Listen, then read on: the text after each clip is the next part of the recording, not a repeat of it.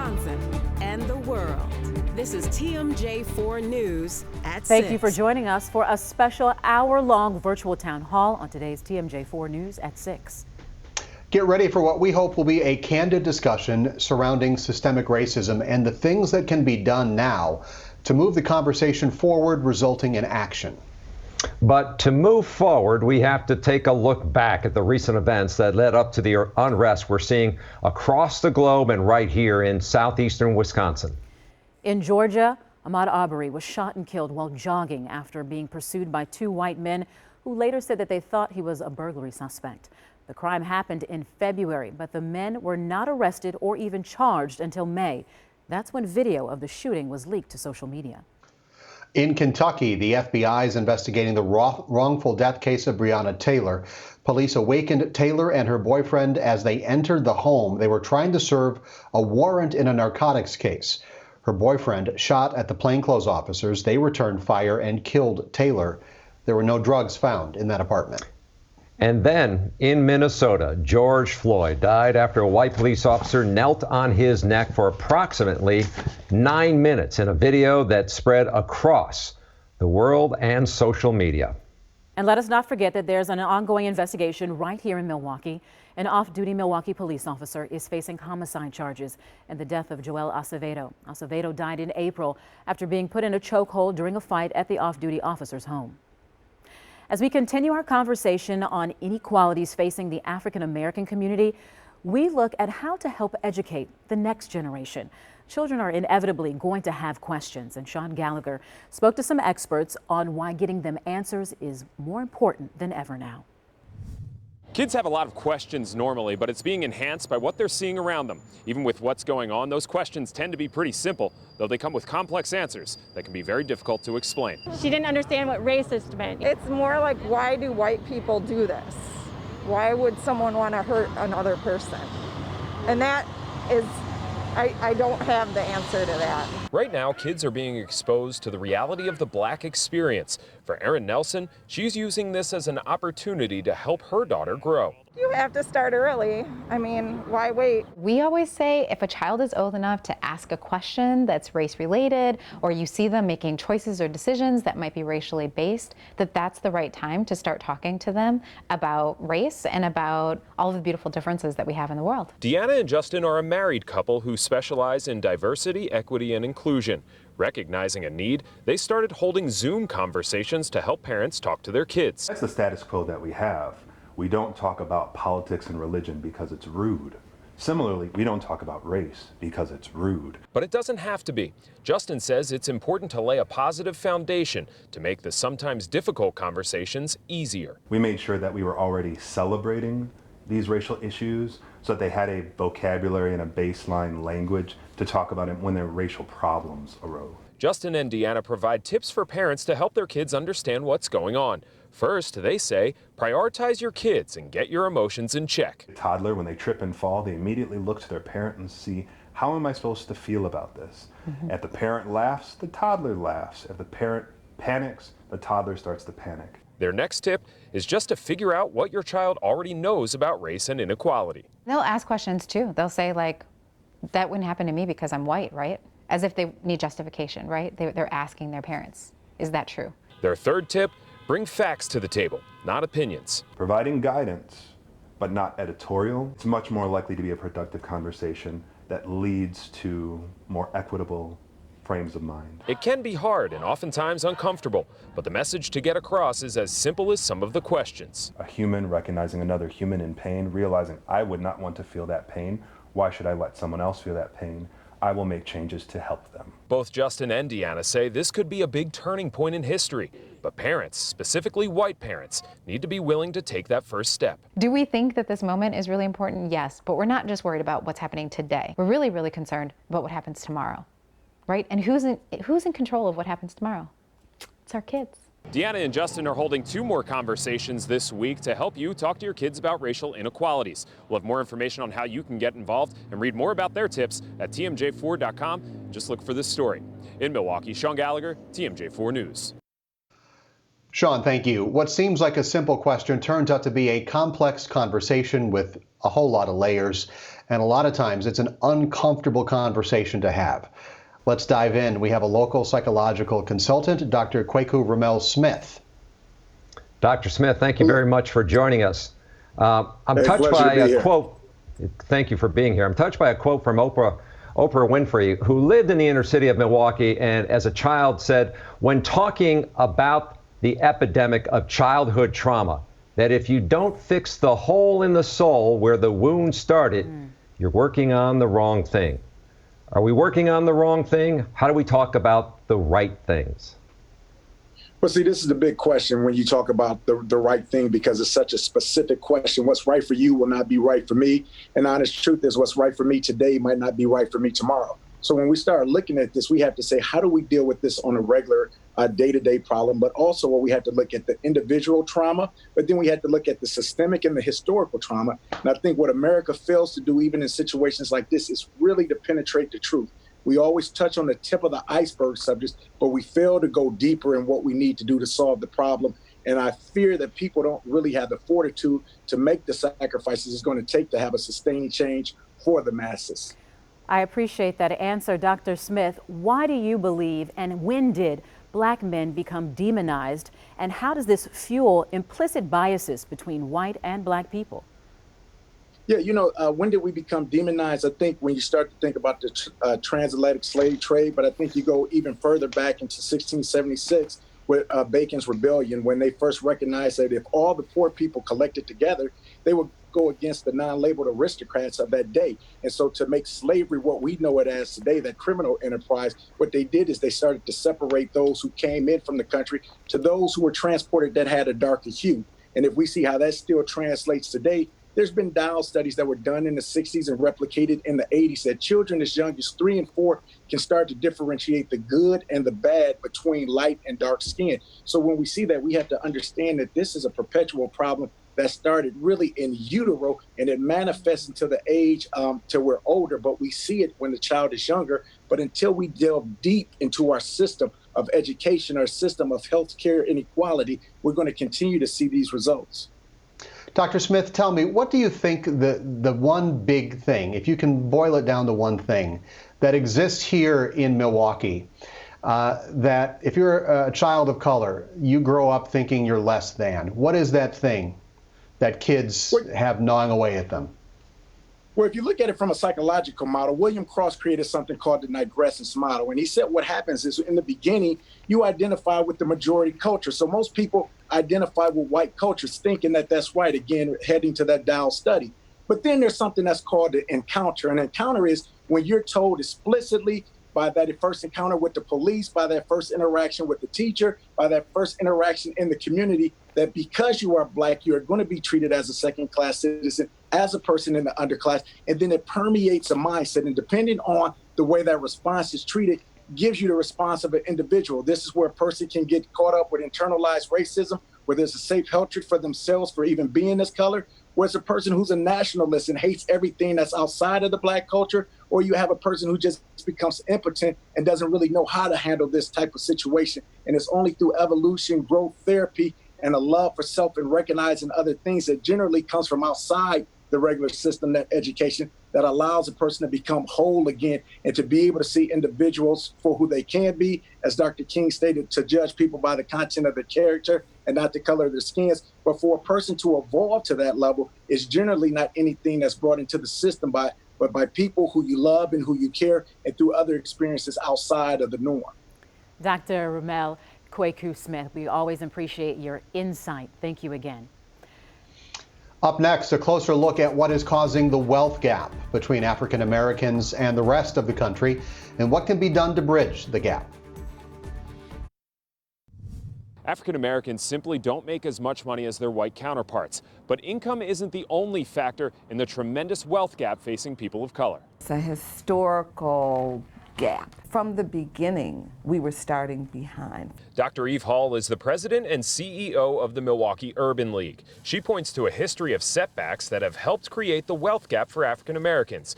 In Milwaukee specifically, the well-paying factory jobs leaving in the 70s. It allowed many of our families to send their children off to school, purchase homes. When that industry left, that began the ripple effect. That unemployment led to a rise in poverty rates. In Milwaukee County, more than a third of African Americans live in poverty, as compared to nearly 11% of their white counterparts. So when setbacks do occur, it can disproportionately impact black families. When a crisis occurs, if you don't have the wealth, if you don't have the savings, if you don't have the resources, that impacts your ability to address and meet those issues head on. So then those setbacks make it nearly impossible to create wealth. A study by the Federal Reserve Board says the median net worth of white families is about $134,000. Compare that to African American families, it's just $11,000. It's nice to have a jump start, right? And that's part of the wealth gap in the United States. We're always starting from scratch. Erica Wright and J.B. Bell are financial advisors, but they like to highlight their work in helping African Americans achieve generational wealth. Anybody who does not acknowledge that African Americans in this country have to deal with a lot of extra adversity on their pursuit to the wealth that some of their white counterparts have, they're not being genuine. It's just the truth. Bell and Wright both say pursuing generational wealth can be intimidating, but even for people who don't have enough money to save, they can start the process. Find a book on Amazon and read it and do better in your role so that you can receive a promotion, and make sure that you're investing in yourself and getting that understanding. And while generational wealth may be something you can reap the benefits of in your own lifetime, it's about setting up your kids and your kids' kids to not have to start from scratch. Simply eliminating your own debt can be the start that next generation needs. I'm going to take this baton of life and I'm going to run as far as I can for the next person. We just think that's a little bit more of a healthier way of approaching this thing. We've included more of Erica and James's tips on building wealth on our website. Just head over to tmj4.com and look for this story. In Milwaukee, Sean Gallagher, TMJ4 News. All right, Sean, thanks. As you can see, there are so many factors that go into bridging that wealth gap. And some of those factors include pay inequity and fostering diversity and inclusion in corporate America.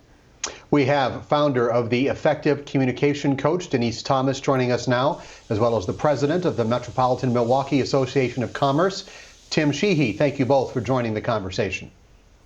Thank you for having us. All right, Denise, this question is to you. 55 years after the passage of the Civil Rights Act, which banned pay discrimination based on race, we're still seeing that black men make 87 cents on the dollar to their white counterpart, black women making 61 cents on the dollar. What do you believe actions must be taken to shrink this pay gap? It has to be with three things. The first is access, the second is exposure, and the third is relationships. When you look at traditionally the job access, beginning with the migration from the South to the North, most of those jobs were manufacturing. We are no longer in a dominant manufacturing industry, so a lot of those opportunities have been eliminated for Black people. So what Black people need in terms of action is employers to provide, again, the type of access, the type of exposure to highly visible and business critical roles versus more practical roles. They need to be exposed to critical thinking positions and leadership positions where those positions pay enough salaries to where you eliminate that gap.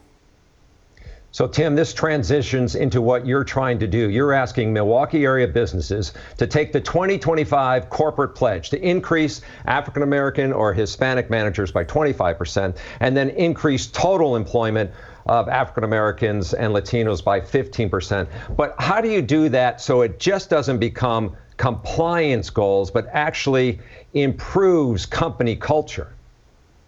It's a really good point and a really good question. And what we did was listen.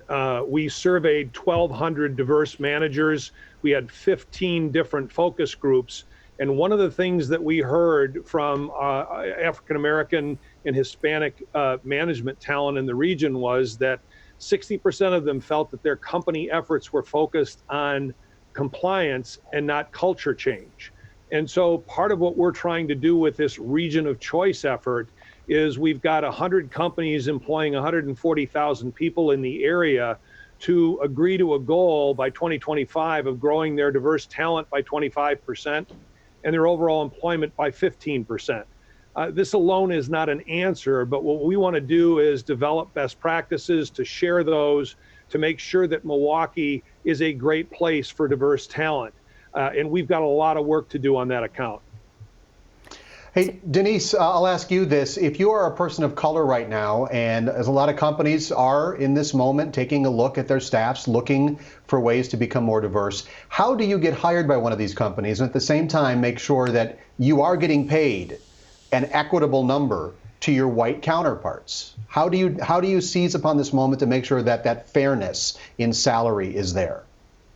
That's a great point, because traditionally we don't have, as employees, access to salaries based on our counterparts. So what you have to do again is start to build relationships with individuals that have been in those positions historically and have the candid conversations in terms of what should I be asking for? What's fair compensation? Do the research. There's so much access to information through the U.S. Department of Labor and et cetera, in terms of what types of positions are available at this scale and what they're paid. So again, that goes back to having access. And I just want to add that in terms of the majority of the people that are in hiring positions and talent acquisition positions, please make sure that hiring managers are being held accountable to these goals that we're putting out there. Because if those goals are not part of their goals and objectives in terms of performance management, this will again just be another conversation, just another statistic. So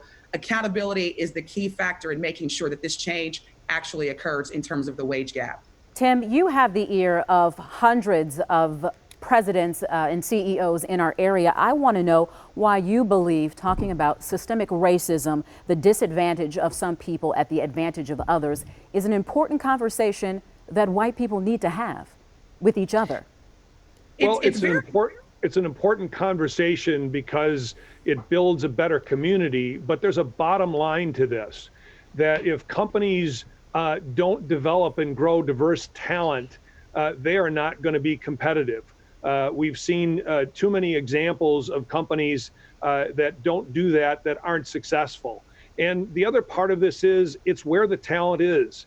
Only 18% of the 55 to 64-year-old population in the region is African American or Hispanic.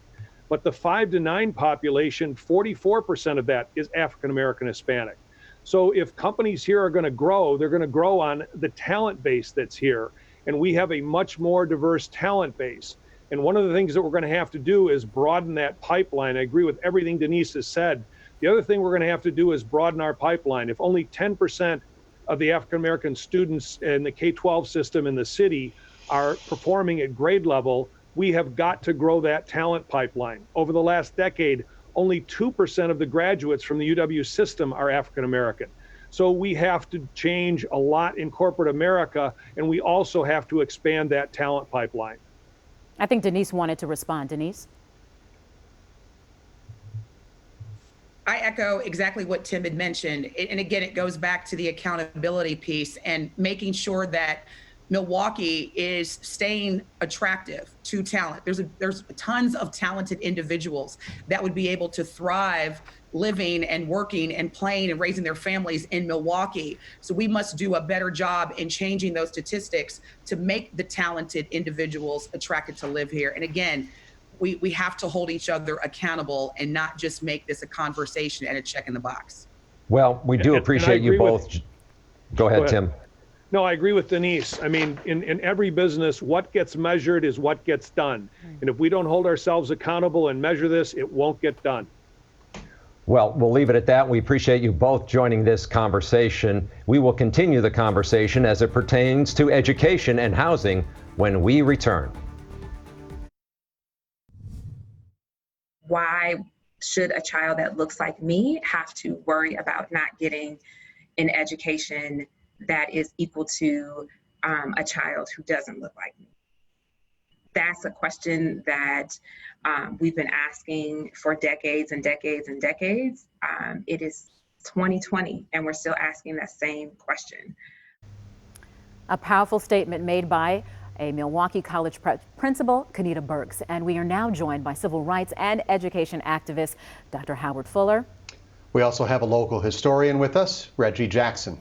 So this is to either one of you men. Why is naming racism important in removing it from our society? Well, I think it's important because we have for centuries denied that racism even exists. And even many who have said it exists said that it's not systemic, that it's not that big of a deal, that it's just individual acts of bigotry, but it's much bigger than that. And it's important that we take the time and the effort to learn how it works and call it what it is. I'd like to hear from Dr. Fuller as well on that. Yeah. No, I think what Reggie said is fine. I mean, my point is you can call it anything. The question is, what are you going to do about it? And so for me, naming it is important, but the most important thing is after you get through naming it, what are you going to do to eliminate it? And particularly, what are you going to do in a country where racism is fundamental to the very essence of the country? We're not talking about some tangential ideological thing here. We're talking about the fact that this country was built on racism. And so unless you're prepared to really fundamentally look at the nature of this country, this is all just talk. And it's just all interesting stuff for panelists. Dr. Fuller, I'll throw this question to you. Hypersegregation has been a thing in Milwaukee for, as you talk about, goes back a long way. In the 70s, we tried busing students around to integrate the schools. What did that do to the schools, and what did it do to race relations? Is it something that worked, or are we worse off for it? Okay, so let's try to make sure that we're getting to the essence of this, right? For many, many Black people, even back during integration, it wasn't that we was trying to be with white people. What we thought was by integrating, we were going to get a better education. Anybody who's even relatively honest will say that that strategy has not worked in the city of Milwaukee, because still in 2020, poor Black children are still not learning to read, write, analyze, think, and compute. So at some point in time, we have to ask the question, is there something fundamentally wrong with the nature of the educational system? Not that just you can move kids around or you can change the curriculum. The question is, what is fundamentally wrong with this system that we keep asking to educate our children, and it continues to fail? It is an important question. And Reggie, when you look at it through history here, is there an answer? Well, you know, I think Dr. Fuller hit it right on the head. There is something fundamentally wrong with the system. And, you know, one of the things I find very interesting looking at it historically is that as long as white kids were doing fairly well in school, then there wasn't an education crisis in the country. But when white students started to slip just a little bit, then all of a sudden we start to hear national conversations that there's something wrong with the system. And Black and brown families have been saying there's something wrong with the system for decades. So I think that as we move forward, we have to understand that we have to make fundamental shifts in the way that we do things. We've been doing the same thing for decades and it hasn't worked. And we continue to, instead of saying that there's something big we have to change, we keep changing little things. We keep changing curriculum. We keep shifting the model of how we look at, you know, the systems. You know, when you look at Metro Milwaukee, we're very segregated. We've been very segregated for decades. That isn't going to change overnight. I think one of the big flaws with education is the fact that it's funded by property taxes. And when you have impoverished communities, that means you're automatically going to have impoverished educational systems. So there are a lot of big issues that we face. But I think it goes back to what Dr. Fuller said. We have to ask ourselves, is something wrong with it on a fundamental level? And when we look at it and we're honest and we say, yes, it is, then we can begin to have the conversations that make the real changes that need to happen. I always respect and enjoy the conversation with both of you men. Thank you so much for your insight on this. We could talk all day, but we want to continue this conversation and go to the next step. You know, back in history, remembering 200 nights of freedom. You may have heard the marches and the protests we have seen the last couple of weeks. Compared to the open housing marches back in the 1960s, that's nothing. Those marches took place on more than 200 consecutive nights, demanding an end to housing segregation. That movement does have similarities to what we're seeing today. Adam Carr of Milwaukee Neighborhood News Services and Dr. Rob Smith, a history professor at Marquette University, join us now. You two are hosting a discussion this evening about this. Get us started on that. Well, you know, our goal obviously has been for the last several years to herald the importance of the open housing marches as not only a significant national conversation and moment in the broader history of the civil rights movement in the United States, but it's also a critically important local narrative. It's a very important conversation about the history of our city, and it tells us a lot about the challenges we faced decades ago, and as we see today, some of those very clear issues are still with us, and they are even worse in some capacities. And so 50 years ago, we were talking about some very important issues around open housing, and the systemic challenges associated with racism in our city are still with us. And you got young people one more time out in the streets trying to let us know what the problems are and how to move forward. Adam, what have you learned about writing about these marches and what they were able to accomplish? You know, as the other panelists so aptly put in the previous segments and will put in the following ones, sometimes it can feel like the problems of Milwaukee came out of nowhere, but things like building generational wealth, the racism upon which this country was built, we can see just how deep that racism goes in Milwaukee's story through the story of the open housing marches. I'll just say I went to great public schools and I never learned that there were young people, the NAACP Youth Council and Commandos, who marched in the streets for 200 consecutive nights for open and fair housing. In fact, they ended up changing. They led to the Civil Rights Act of 1968. Milwaukee was being discussed in Washington, D.C. when that bill was passed. These are not stories that we hear in Milwaukee, especially as school children, and to know that young Black people not only changed the laws of this city, but the country, that's a story that's been robbed of too many generations of Milwaukeeans. Rob Smith, real quickly, as we wrap this segment up, tell us where and when people can join you tonight if they want more of this.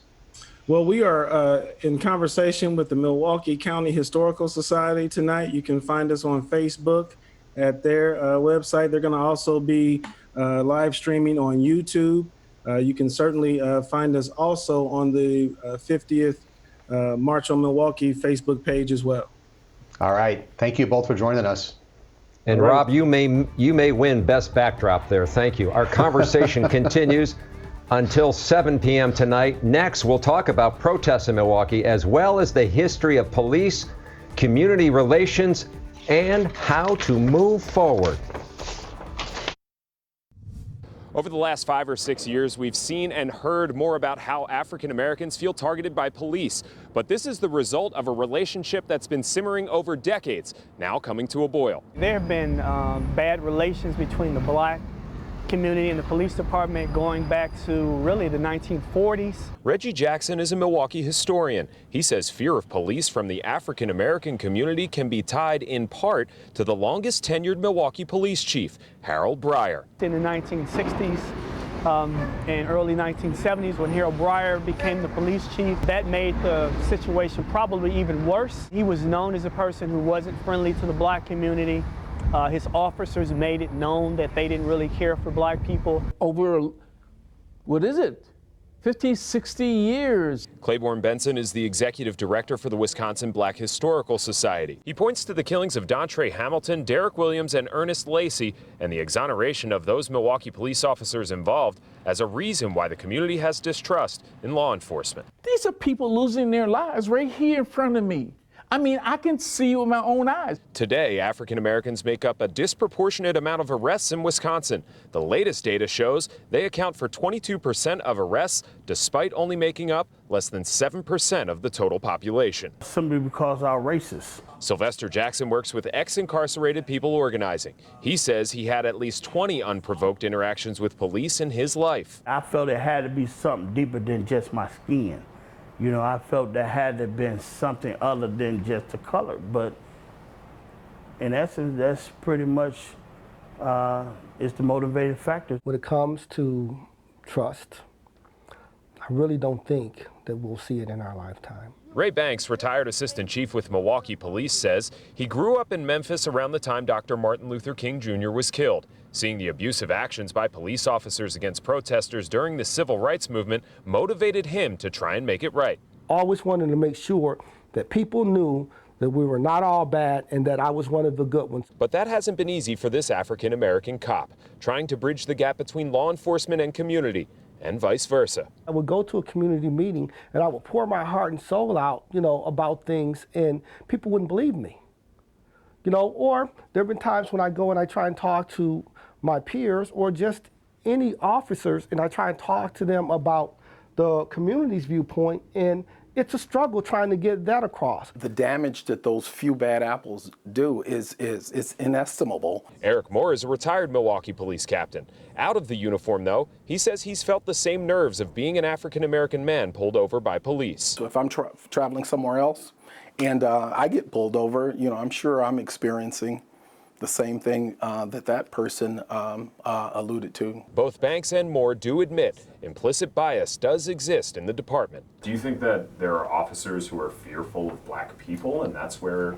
Absolutely. Yeah. Yes. Absolutely. Yes, undoubtedly. Not everyone. Okay, so we're not going to paint all police officers with a broad brush, but there is a subset who most certainly see that the dark hue of someone's skin as something to be feared and not trusted. Banks does believe a more diverse police force can help.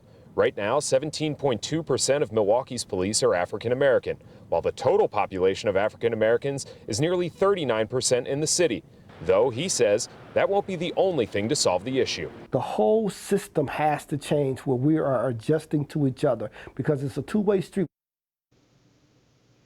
Sean, thank you for that. Last week, Mayor Tom Barrett announced he's creating a commission on police accountability and reform. That commission will be tasked with 4 main goals. The first one, reviewing the department's use of force policies.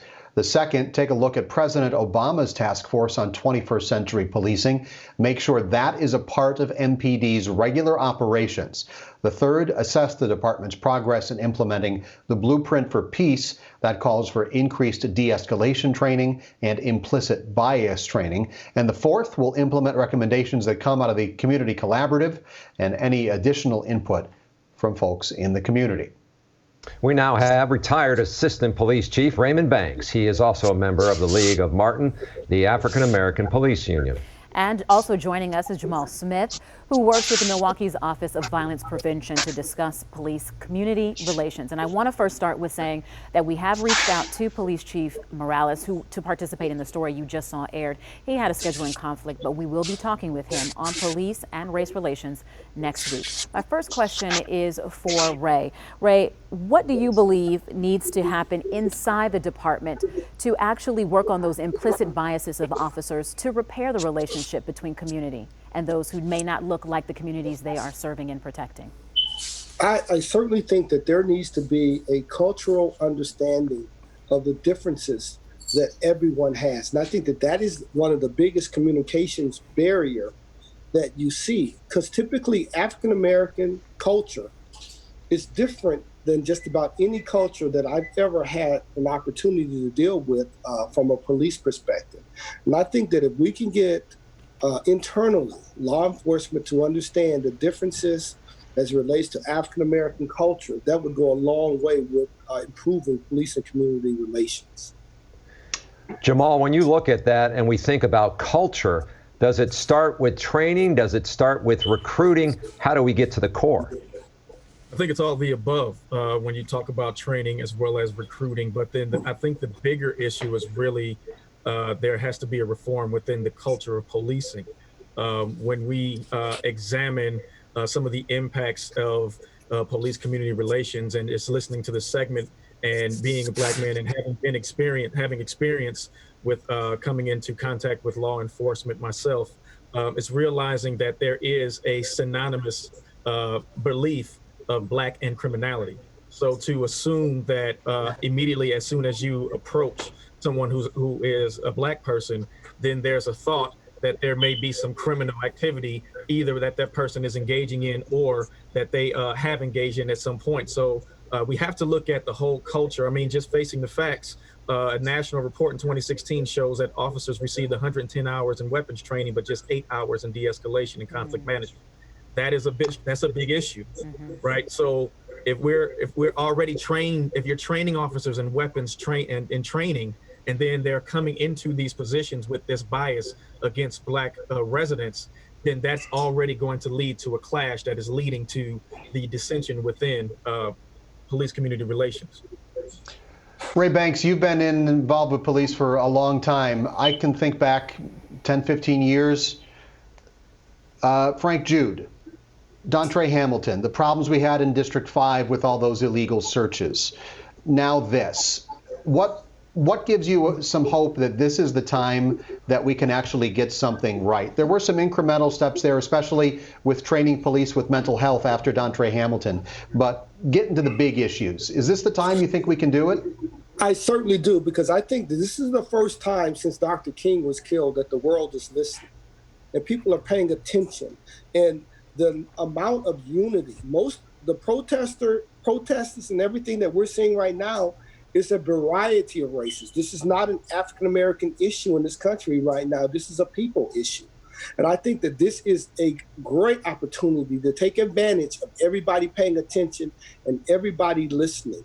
One of the things I just want to make sure that is clear, there's no indictment on my part of white police officers. I think that we have a great deal of white officers that are doing the right thing. And I also think that we have a great deal of black officers that don't step up when they should. I think there's a combination of both.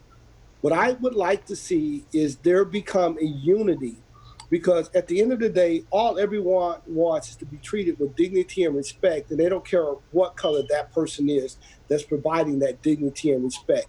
So we need more police officers to step up and say and do the right thing at the right time when things are occurring, not after the fact, not after it makes the news, not after the fact that the video is posted.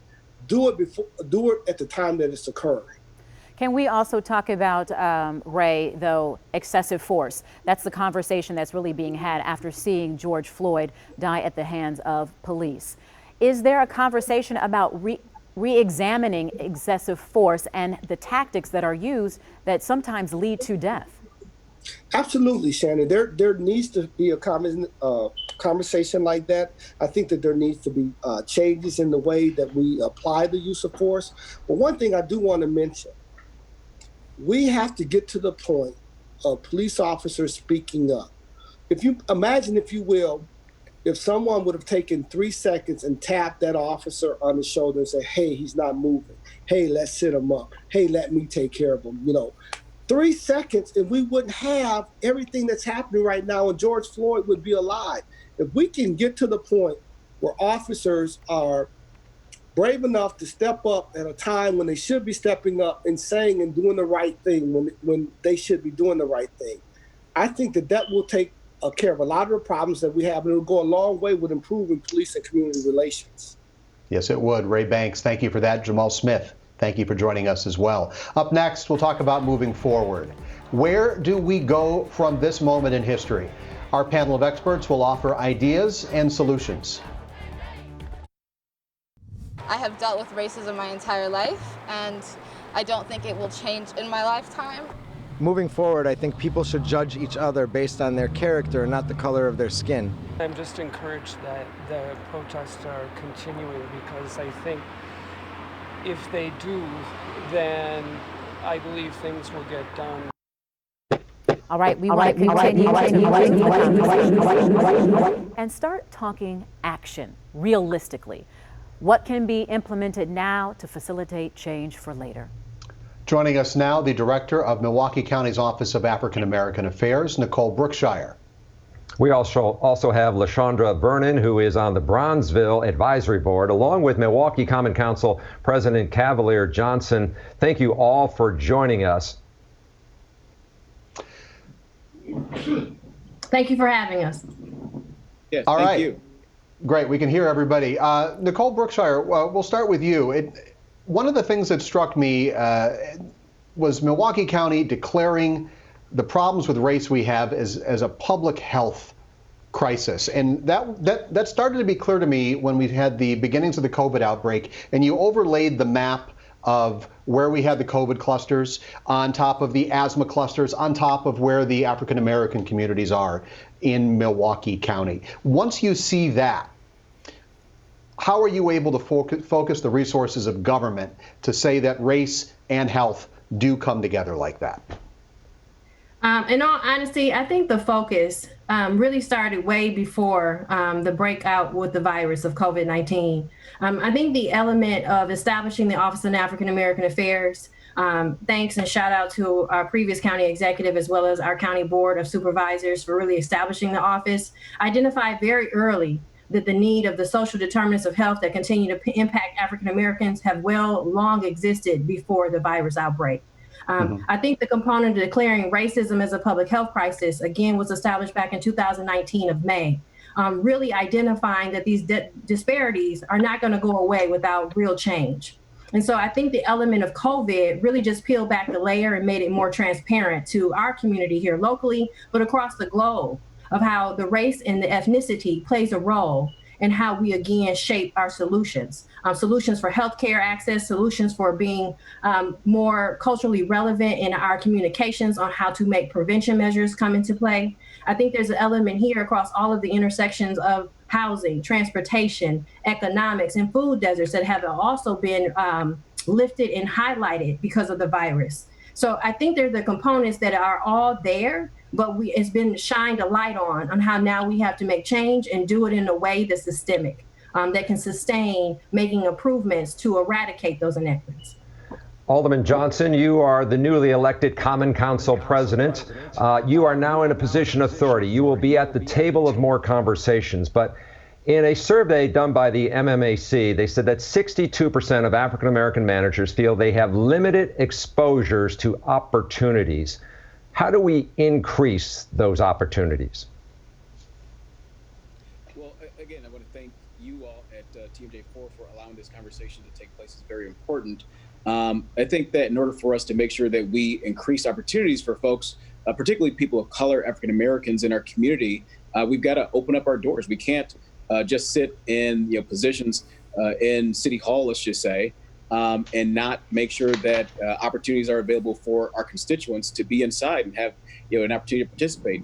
The city in the past had worked on programs such as the Compete Milwaukee program, giving folks who are unemployed or underemployed an opportunity to get into the city's workforce. It's things like that, continuing to have a forward-thinking mind on things like that that are going to open the door for people who wouldn't have these opportunities in order to help them to get their foot in the door. That's what we got to keep on focusing on. All right. Of course, we've still got 10 more minutes in the hour to continue this conversation. And when we come back, we will also include LaShondra with the Bronzeville Advisory Board to continue with us on speaking on how we go forward when we return. Welcome back. We are continuing the conversation, looking forward to the things that can be done now. And we've been talking with Common Council President Cavalier Johnson and Director of Milwaukee County Office for African American Affairs, NICOLE BROOKSHIRE. We also have LaShondra Vernon, who is on the Bronzeville Advisory Board. And LaShondra, let's begin with you. When you look about how to go forward, here we are in 2020. What do you see that is working and what still needs to happen? So I'm proud to be a member of the Bronzeville Advisory Committee. The work that we've done has really been helpful to establish Black businesses in this community on Martin Luther King Drive. And there's been a lot of work that's been done, not only in Bronzeville, but over the many years that I've worked in advocacy, that I've worked in activism. We've got a history of demanding human rights for people in Milwaukee and abroad. And I think the most important thing we can do right now for those who are elected, those in positions that are appointed, is listen to the people, the demands of the many coalitions, committees, and initiatives that have been shared over the years, 10 years, that we've been asking for very similar commands. We need to have leaders that listen to that. Public service is about serving the people in this community. And so focusing on defunding what doesn't work, the militarization of police doesn't work. Constantly giving funding for incarceration doesn't work, but identifying ways for de-escalation, for de-traumatization. This whole community is traumatized by the last 3 months of very unresponsible services being provided across the nation. And we have to recover from that by having trauma-informed and harm reduction-based care. Cavalier, you are, again, the president of the Common Council. You work with the budget of the city. You hear what LaShondra just said, demanding human rights. And I ask you, when you hear Black Lives Matter, what does that mean to you? And is it political? Thank you. And no, it isn't. It isn't political at all. When I hear the term Black Lives Matter, those three words, what it means to me is that, folks are talking about the injustices, the oppression, the systemic institutional problems that have plagued people of color, namely African Americans, in the United States for decades and indeed centuries. It's not about any other particular group. When you say Black Lives Matter, it doesn't mean that someone else's life doesn't matter. It just means that we need to focus on the issues that are harming Black people, not just here, but across the United States. That's what that means to me. And I think that's what that means to everybody who's out there marching right now. And I know that in an earlier part of this town hall, it was mentioned that the marching for housing, fair housing in the 60s had eclipsed over 200 days in Milwaukee. And I understand and I believe them when these groups out here say that if substantive changes to these institutions don't happen, they're going to break that record. And I believe that's going to happen if they don't, if change is met. Yeah, President Johnson, we thank you very much, LaShonda as well, for being part of this conversation and helping us take it forward from here. When we return, we will leave you with our final thoughts.